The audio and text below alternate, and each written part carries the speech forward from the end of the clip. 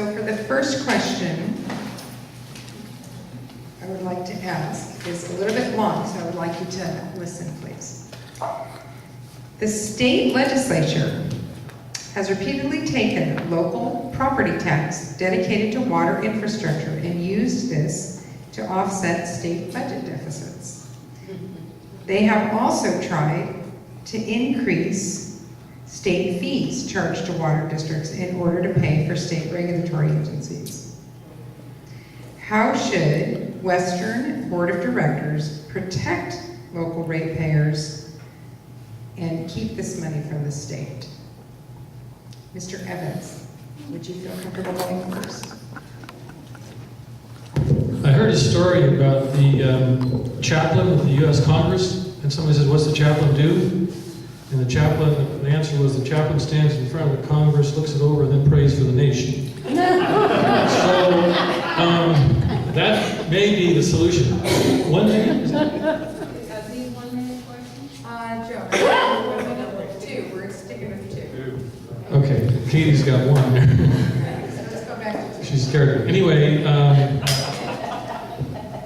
we do have to work effectively with the legislature and communicate with our local legislators what the issues are and the effect of them taking money here that's designed to be used locally and shipping it to Sacramento for some other purpose. So effective communication and collaboration with not only other water agencies but other entities locally that face that same threat is very important.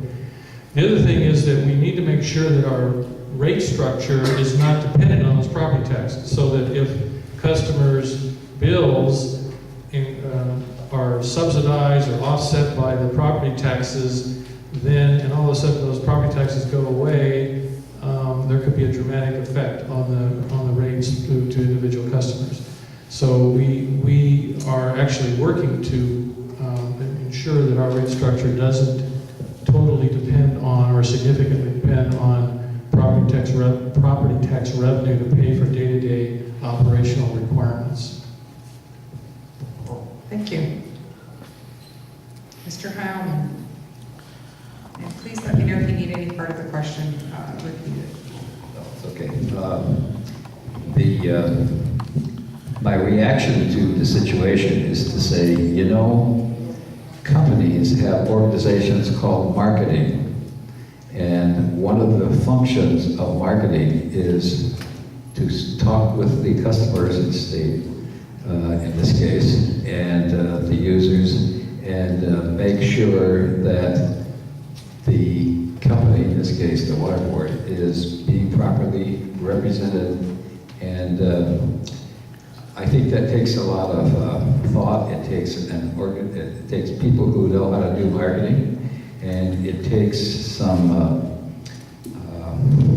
good design, and it takes some people within the board that are interested and willing to not simply do today's job, but get ready for tomorrow. That's what I was saying before about the emergency actions. I don't know, we'd have to ask the existing people, I don't know of any real marketing efforts that are taking place. Do you know one, Brenda? You can ask when you're talking. I think the idea of, well, I used to be vice president of marketing for a company that does very well, and I see that would solve, if not greatly help, the whole situation. So if I am on the board, I will push to do that, and I don't have to do it myself personally, but I know people that can do a good job on that, and try to make sure that we are properly interfacing to the people that can make us all look successful. Thank you. Mr. Pena, please. Well, sorry, keep forgetting to get the microphone. Okay. What we have to do is we're elected, of course, to literally go out there and fight for the lowest rates. And What that means is many things. It means that at home, you look for the most conservative financial means of doing things. I'll be honest with you, when I worked at my water agency that I left because of the injury, there was not a lot of ways, but there were things that I saw as a worker that said to me, you know, we're doing a good job, but we can actually do a better job. So it's part of the thing is being honest with yourself at the district and saying, well, if we go for a contractor that has a reliability rating that's better than the other contractor, then it's worth investing another 10 grand or 20 grand for that contractor. But let me say this too, we need to also, as a district, be able to convey the reason why rates go up. You might have read back in May, the rates at Western Municipal Water District did go up, and there were 300 letters that were sent to the board members. The ratepayers were upset. But I'm going to tell you something. That rate had to increase. When you look at the math, the rate that came, the increase that came from Metropolitan was pretty high. I believe it was around 21%. So what I'm getting at is that part of being a leader, I think, is conveying the message and being able to articulate it as best you can, maybe through the newspaper, through sending out mailers, the price. And I think that wasn't done, and I think that's why 300 people were, or more than 300 were upset that 300 did write letters. That's quite a large amount. So one of the things is explaining why you have to increase it. Thank you, Mr. Pena. Mr. Field.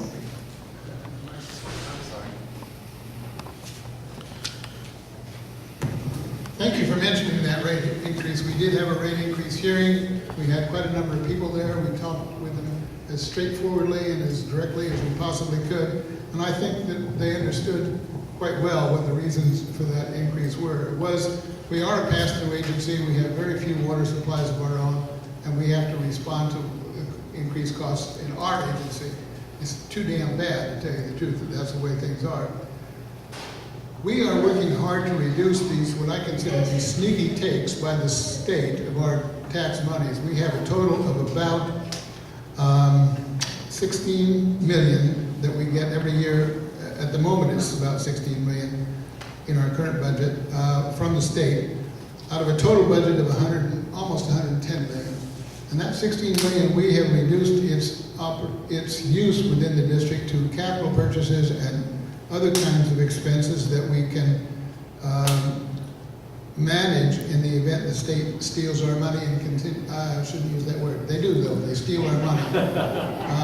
Because they can't agree on their own budget, and they steal ours to stick it in theirs. I'm on the board of the Riverside County Law Library, and they're doing the same thing to the law library. They're stealing our money for their state use because they can't get a budget, so the heck with them all.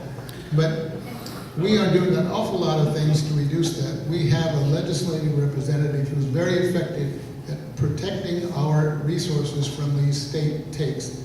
This is Special Districts Association in California, uniformly opposed to this kind of taking of money of special districts, which is so hard fought to get in the first place and so precious to the districts because it's the only extra money we get for lots of different kinds of capital expenditures.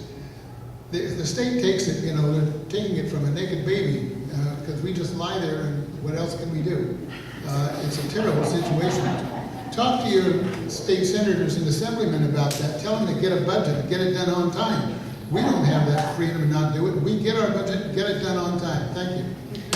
Thank you, Mr. Field. Ms. Denston, can you top the naked baby reference? Charlie, what you said, man? I think it's a tragedy. You know, basically what the state comes in with Prop 1A is they come in and they tell the water districts or they tell special districts, thank you for doing such a great job balancing your budget and taking care of your ratepayers and taking care of your own house, but we're going to go ahead and take all of your money so that you have to rework your budget, go back in there, adjust rates, and fix everything up. So thanks for doing such a great job. I think it's a tragedy. I think it's outrageous. We have one of the best, if not the best, in the state, legislative advocates on our staff, Phil Rosentrader. He happens to be sitting in the back of the room. This gentleman has been awarded for his work in protecting our property tax rates from the state. He has done work with ACWA, which is the Association of California Water Agencies. He also got us and worked diligently for years for us to be able to gain membership on WRCOG, which is the Western Riverside Council of Governments. We are the only two agencies, Western and Eastern, which sit on that board to have representation so that we can tell all of our cities exactly what this means to them when it comes down to water agencies being affected and all of their customers and all of their citizens within their city boundaries. So we have a legislative committee and a PR committee that work diligently. We work with all of our fellow agencies, all of our sub-agencies that we wholesale water to, in order to protect those types of property taxes and those rates from happening. We do it together. This is not one voice, one message. This is all of us collectively fighting to protect what is rightfully ours and belongs to our residents, our citizens, our ratepayers that we are here to take care of.